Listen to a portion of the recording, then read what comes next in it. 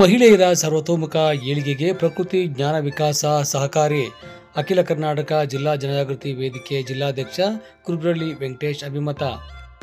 ಬೆಂಗಳೂರು ಗ್ರಾಮಾಂತರ ಜಿಲ್ಲೆಯ ಹೊಸಕೋಟೆ ತಾಲೂಕಿನ ಕಸಬಾ ಹೋಬಳಿಯ ಅಲಸಳ್ಳಿ ಗ್ರಾಮದಲ್ಲಿ ಶಿಕ್ಷಿತ ಧರ್ಮಸ್ಥಳ ಗ್ರಾಮಾಭಿವೃದ್ಧಿ ಯೋಜನೆಯ ಮಹತ್ವದ ಕಾರ್ಯಕ್ರಮಗಳಲ್ಲಿ ಒಂದಾದ ಪ್ರಕೃತಿ ಜ್ಞಾನ ವಿಕಾಸ ಕೇಂದ್ರದ ವಾರ್ಷಿಕೋತ್ಸವ ಸಮಾರಂಭವನ್ನು ಹಮ್ಮಿಕೊಳ್ಳಲಾಗಿತ್ತು.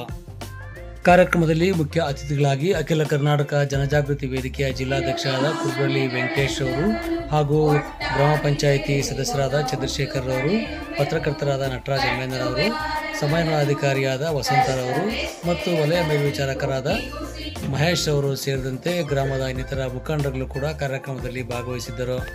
ಇನ್ನು ಕಾರ್ಯಕ್ರಮದಲ್ಲಿ ಅತಿಥಿಯಾಗಿ ಭಾಗವಹಿಸಿದ್ದ ಜಿಲ್ಲಾ ಜನಜಾಗೃತಿ ವೇದಿಕೆ ಅಧ್ಯಕ್ಷರಾದ ವೆಂಕಟೇಶ್ ಅವರು ಮಾತನಾಡಿ, ಮಹಿಳೆಯರ ಸರ್ವತೋಮುಖ ಏಳಿಗೆಗೆ ಜ್ಞಾನ ವಿಕಾಸ ಕಾರ್ಯಕ್ರಮ ಮಹತ್ತರವಾಗಿದ್ದು, ಇದರ ಮುಖಾಂತರವಾಗಿ ಶೈಕ್ಷಣಿಕ, ಆರೋಗ್ಯ, ಮಕ್ಕಳ ಆರೋಗ್ಯ, ಕಾನೂನು ಅರಿವು ಸೇರಿದಂತೆ ಇನ್ನಿತರ ಕಾರ್ಯಕ್ರಮಗಳನ್ನು ಮಹಿಳೆಯರಿಗೆ ನೀಡಿ ಮಹಿಳೆಯರಿಗೆ ನಾಲ್ಕು ಗೋಡೆಯಿಂದ ಹೊರಗಡೆ ಬಂದು ಸಮಾಜದ ಮುಖ್ಯವಾಹಿನಿಗೆ ಬರುವಲ್ಲಿ ನೆರವಾಗಿದೆ ಎಂದರು.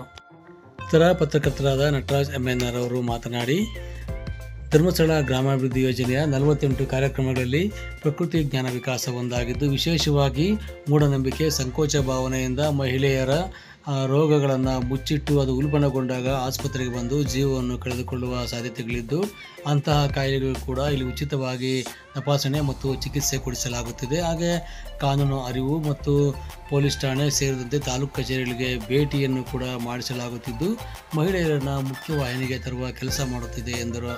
ಇನ್ನು ವಿವಿಧ ಕಾರ್ಯಕ್ರಮಗಳಲ್ಲಿ ಸ್ಪರ್ಧೆಗಳಲ್ಲಿ ಭಾಗವಹಿಸಿದವರಿಗೆ ಇದೇ ಸಂದರ್ಭದಲ್ಲಿ ಬಹುಮಾನವನ್ನು ಕೂಡ ವಿತರಿಸಲಾಗಿದ್ದು, ಕೆಮಳ್ಗಾನಹಳ್ಳಿಯ 2 ವಿದ್ಯಾರ್ಥಿಗಳಿಗೆ ಶಿಷ್ಯನಿಧಿ ವೇತನವನ್ನು ಕೂಡ ವೇದಿಕೆಯಲ್ಲಿ ವಿತರಣೆ ಮಾಡಲಾಯಿತು.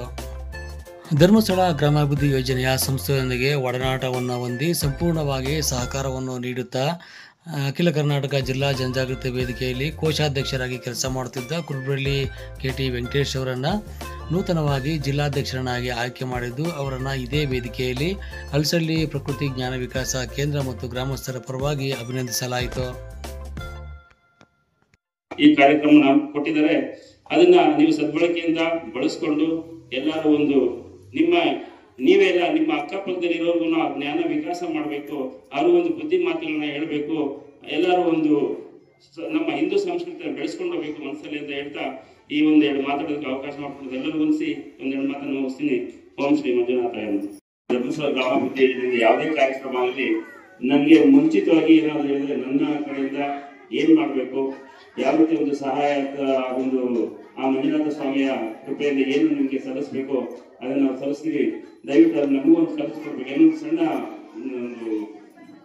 ಏನಂತಾರೆ ಸಣ್ಣದೊಂದು ಸಹಕಾರ ನಮ್ಮ ಕಡೆಯಿಂದ ನಿಮಗೆ ಕೊಡ್ತೀವಿ ಅಂತ ಹೇಳ್ತಾ, ಯಾವುದೇ ಊರಲ್ಲಾಗಲಿ ಯಾವುದೇ ಒಂದು ಸಂಘದಲ್ಲಾಗಲಿ, ಯಾಕೆಂದ್ರೆ ಜಿಲ್ಲಾ ಜನಜಾಗೃತಿ ನಮ್ಮ ಇಡೀ ಬೆಂಗಳೂರು ಗ್ರಾಮಾಂತರ ಮತ್ತೆ ನಗರ 2 ಸೇರುತ್ತೆ. ನನಗೆ ಯಾವುದೇ ಕಾರ್ಯಕ್ರಮದಲ್ಲಿ ನನಗೆ ಒಂದು ಮಾಹಿತಿಯನ್ನು ಕೊಟ್ಟಾಗ ಅಥವಾ